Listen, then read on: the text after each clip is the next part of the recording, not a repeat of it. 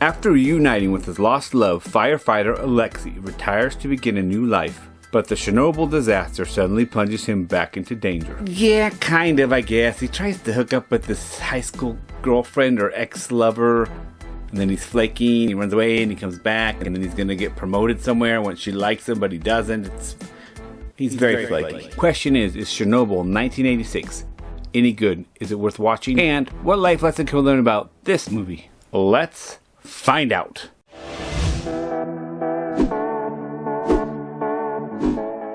This is a 2021 Russian movie based on the Chernobyl 1986 nuclear reactor meltdown in Russia. What's interesting about this is the movie is about the event, but they had at the beginning saying that the heroes, the characters, and their whole life and everything that's happening is made up and fictional. It's not based on anything. It's not based on a true story. It's based on a true event.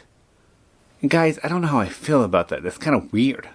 I might know based on a true story often is kind of BS too, but at least they're telling a story of a hero. It's based on what they did. This one's not even based at all. I mean, obviously on some level, these events kind of happened to someone, or different parts of it kind of happened, but not this at all, and the person is completely fake, the main characters.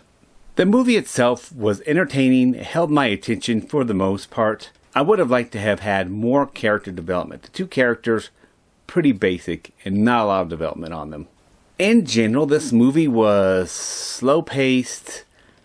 Alexis, the main character, was pretty flaky, not a likable character. I didn't find myself caring that much about him, what he thought. He just kind of irritated me. However, it was good enough to hold my attention up until the very end, and then I just didn't care.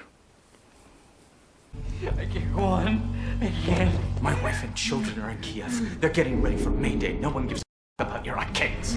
Come on. I'm sorry, I can't. It's a panic attack. Let go of me. Look at I'm me. not Calm crying. down. Look at me.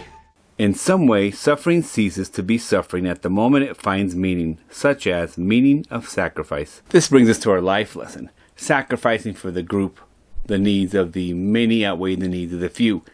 In this movie, it definitely came down to it. There was a nuclear reactor that melted down.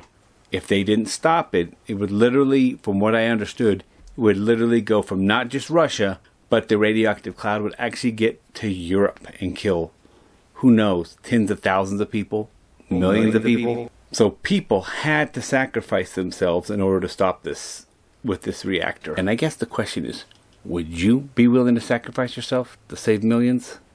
Quote said, could you find enough meaning to make that sacrifice much easier to do? And that's what I learned from this movie. In summary, should you see this movie? I think it's interesting in the sense that you get to see the Russia perspective of how they do a movie like this, how they view the Chernobyl event. You also get to see their stereotypes of what they think of a hero and what have you and things like that. Is the movie good? I don't regret seeing it. It's worth sitting and watching, but it's not super great. And by the end, I just didn't have any connection with these characters. I just didn't care. So overall, I'm going to give Chernobyl 1986, a 2021 Netflix original movie, a 5 out of 10. 5 out of 10. But hey guys, you can get other life lessons for other movies that are better right here or right here. Either way, you don't have to quit watching my videos.